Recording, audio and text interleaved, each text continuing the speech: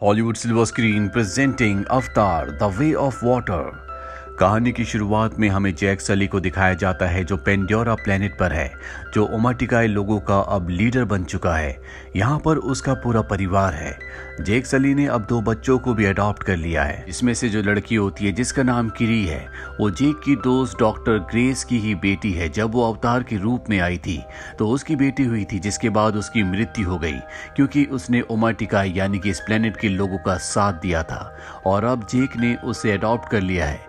यहाँ पर एक इंसानी बच्चा भी होता है क्योंकि जब इंसान इस प्लेनेट को छोड़कर गए थे तो ये बच्चा यहीं पर रह गया था। और अब जैक और उसकी पत्नी इन सभी बच्चों का ध्यान रखते हैं। जिस तरह से जैक की पत्नी ने एक बार उसे यहाँ पर हर एक चीज सिखाई थी, जैक भी अपने बच्चों को उसी तरह से सिखाता है। एक रात को जब जैक अपनी पत्नी के साथ लेटा होता है, तभी वो आसमान में एक चमकते हुए सितारे को देखते हैं जिसकी रोशनी बहुत ज्यादा होती है। जल्दी ने समझ में आ जाता है कि ये कोई चमकता हुआ सितारा नहीं है, बल्कि ये इंसानों का स्पेसशिप है जो एक बार फिर से इनके प्लेनेट पर आ चुके हैं। अब जो इंसानों के स्पेसशिप होते हैं वो इनके प्लेनेट पर लैंड करते हैं, जिससे जंगल में आग लग जाती है, बहुत तबाही होती है। और अब स्पेसशिप के दरवाजे खुलते हैं जिसके अंदर से इंसान जो मशीन्स के अंदर बैठे होते हैं वो बाहर निकलते हैं। साथ ही बड़ी बड़ी मशीन्स भी होती हैं और इनके सामने जो कुछ भी आता है ये सब को कुचलते हुए लगातार आगे बढ़ते चले जाते हैं। जैक और उसकी पत्नी ये सब देखकर बहुत दुखी होते हैं, लेकिन वो इनकी मशीन्स और टेक्नोलॉजी के सामने टिक नहीं सकते, इसीलिए वो इनका विरोध नहीं करते।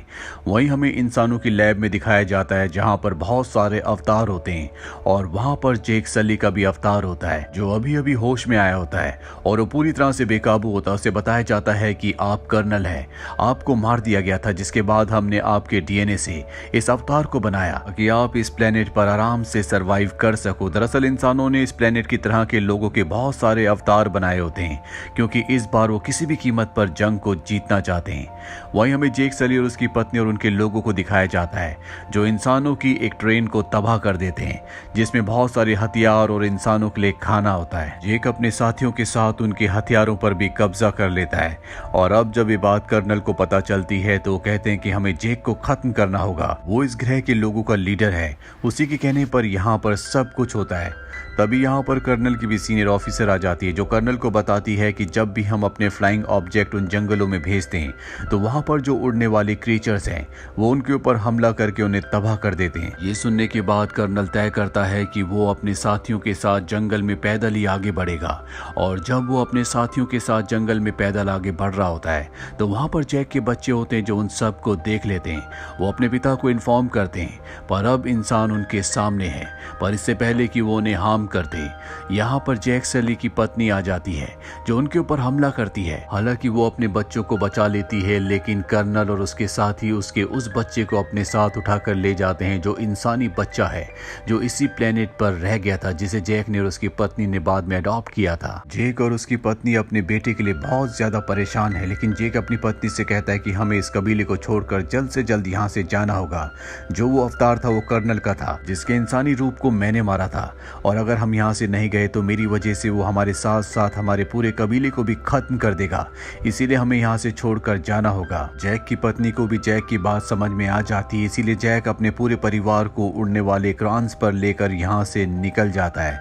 वही हमें जैक के उस बेटे को दिखाया जाता है जिसे कर्नल अपने साथ पकड़ कर ले गया था, जिसका नाम स्पाइडर है। उसे इंसान टॉर्चर कर रहे होते हैं क्योंकि वो जैक के कबीले का एग्जैक्ट पता जानना चाहते हैं, पर वो उन्हें कुछ भी नहीं बताता। तभी वहां पर कर्नल आ जाता है और वो कहता है कि ये इंसान है, इसे हमें टॉर्चर नहीं करना चाहिए। जिसके बाद वो स्पाइडर को बताता है कि मैं तुम्हारा असल पिता हूँ। पिछली बार जब मैं इस ग्रह पर आया था तो मैं तुम्हें यहाँ पर छोड़कर चला गया था, जो मेरी गलती थी, पर अब मैं ऐसा नहीं करूँगा, मैं तुम्हें अपने साथ वापस ले जाऊँगा। ये सुनने के बाद स्पाइडर कर्नल की बात मान जाता है। वहीं जैक सली को दिखाया जाता है जो अपने पूरे परिवार के साथ पानी में रहने वाले इस ग्रह के लोगों के पास पहुँचते हैं जो इनसे थोड़ा सा अलग होते हैं। वहाँ का जो लीडर आता है वो जैक से कहता है कि तुम यहाँ पर नहीं रह सकते क्योंकि तुम्हारा रहन सहन और हमारा रहन सेन पूरी तरह से अलग है। हम पानी में रहते हैं और तुम जंगल में। जैक लीडर को समझाता है कि इस वक्त मुझे तुम्हारी मदद की जरूरत है, मेरे परिवार की जान खतरे में है, हमें यहाँ पर कुछ वक्त रहने की इजाजत दे दी जाए। जिसके बाद जैक को और उसके परिवार को यहाँ पर रहने की इजाजत मिल जाती है, लेकिन इन्हें पानी में रहना नहीं आता और ना ही यहाँ के रहने वाले लोग इन्हें पसंद करते हैं। अगली सुबह दिखाया जाता है जहाँ पर जेक की बेटी किरी को यहाँ के बच्चे परेशान कर रहे होते हैं और तभी यहाँ पर जेक के दोनों बेटे आ जाते हैं जो उस परेशान करने वाले बच्चे को बुरी तरह से मारते हैं। जेक यहाँ पर आ जाता है और अपने बेटे को डांटता है कि तुम्हें उन बच्चों के साथ लड़ाई झगड़ा नहीं करना चाहिए था, वो यहाँ के लीडर का बेटा है, इसीलिए तुम्हें उससे माफी मांगनी होगी। जैक का बेटा ना चाहकर भी उसके पास जाता और उससे माफी मांगता है। लीडर का बेटा कहता है आओ मैं तुम्हें खास जगह ले चलूं, और वो जैक के बेटे को पानी की गहराइयों में ले जाता है जहां पर एक बहुत ही खतरनाक मॉन्स्टर रहता है और उसे वहां छोड़कर चला जाता है। जिसके बाद वहां पर वो मॉन्स्टर आता है जो जैक के बेटे के ऊपर हमला कर देता है। वो अपनी जान बचाने के लिए इधर उधर भागना शुरू करता है, लेकिन पानी के अंदर उसकी स्पीड इतनी ज्यादा नहीं होती और इससे पहले कि वो मॉन्स्टर उसे खाता यहाँ पर एक दूसरा पानी का बड़ा मॉन्स्टर आता है जो उसे मार देता है। जैक की बेटे की पानी में रहने की वजह से सांस रुकना शुरू हो जाती है, जिस वजह से वो बेहोश हो जाता है और जब उसे होश आता है तो पानी के ऊपर होता है। वो देखता है कि वो उसी मॉन्स्टर के ऊपर लेटा हुआ है जिस मॉन्स्टर ने छोटे मॉन्स्टर को मार दिया था। दरअसल इसी ने उसकी जान बचाई है। जैक का बेटा देखता है कि उसके शरीर में बड़े बड़े हथियार अंदर गए हुए हैं जिनसे उसे बहुत तकलीफ हो रही होती है। जैक का बेटा उन हथियारों को निकाल देता है, जिसके बाद ये मॉन्स्टर जैक के बेटे को किनारे पर छोड़ आता है। वहीं लीडर को पता चल जाता है कि उसके बेटे ने जैक के बेटे को पानी की गहराइयों में मॉन्स्टर के पास छोड़ा था, इसीलिए वो अपने बेटे को सजा देना चाहता है। और जैक का बेटा उसे बचाने के लिए झूठ बोल देता है कि ये मेरा आइडिया था, मैं ही गहरे पानी में जाना चाहता था। ये सुनने के बाद लीडर के बेटे को बहुत शर्मिंदगी महसूस होती है क्योंकि वो उसे मरने के लिए वहां पर छोड़ आया था, जबकि उसने उसे बचा लिया। और अब जैक का बेटा भी यहाँ के बच्चों का अच्छा दोस्त बन जाता है। जिसके बाद वो उन सबको बताता है कि पानी के बड़े वाले मॉन्स्टर ने मेरी जान बचाई, लेकिन उस पर कोई भी विश्वास नहीं करता। जैक का बेटा एक बार फिर से उसी मॉन्स्टर के पास जाता है जहां पर वो उसके साथ बहुत एंजॉय करता है। वहीं हमें कर्नल को दिखाया जाता है जो जैक को ढूंढ रहा है। वो किसी भी तरह से उसे ढूंढकर उससे बदला लेना चाहता है, लेकिन उसे नहीं पता कि जैक अपने परिवार के साथ कहां चला गया। और कर्नल ने जैक के एडॉप्टेड बेटे स्पाइडर की मदद से यहाँ के कल्चर के बारे में बहुत कुछ सीख लिया होता है।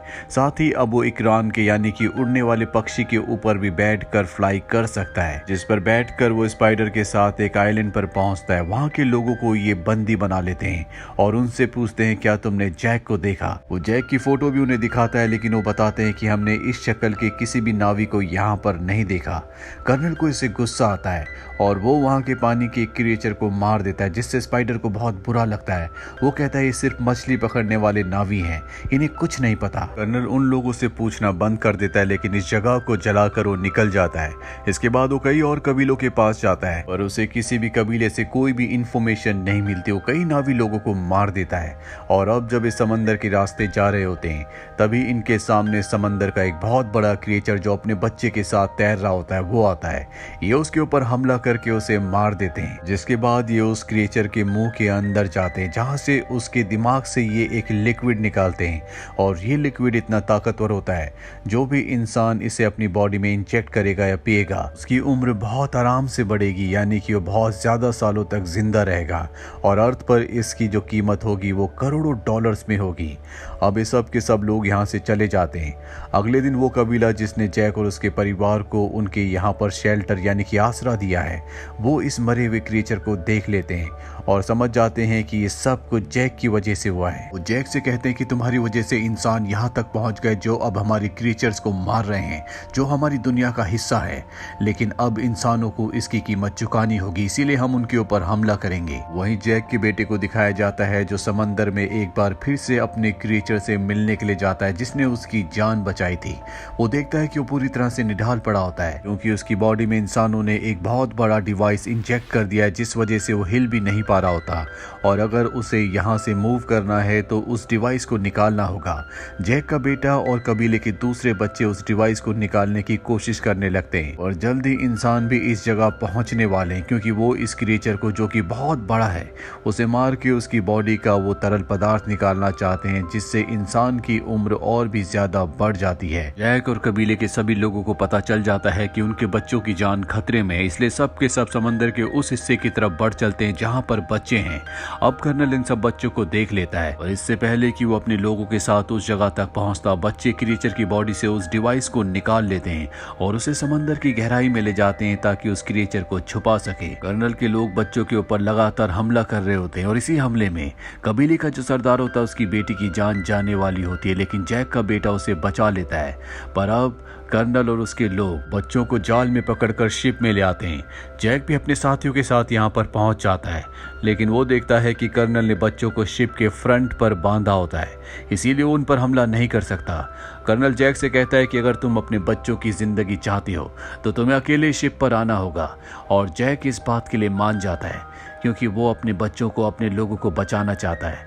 पर इससे पहले कि वो शिप तक पहुंचता, वो क्रिएचर जो समंदर का सबसे बड़ा क्रिएचर है, जिसकी जान जैक के बेटे ने बचाई थी, वो इनकी शिप के ऊपर कूदकर उस पर तबाही मचा देता है और यहाँ जैक और उसके साथियों को मौका मिल जाता है। वो कर्नल और उसके लोगों के ऊपर अपने साथियों के साथ मिलकर हमला कर देता है।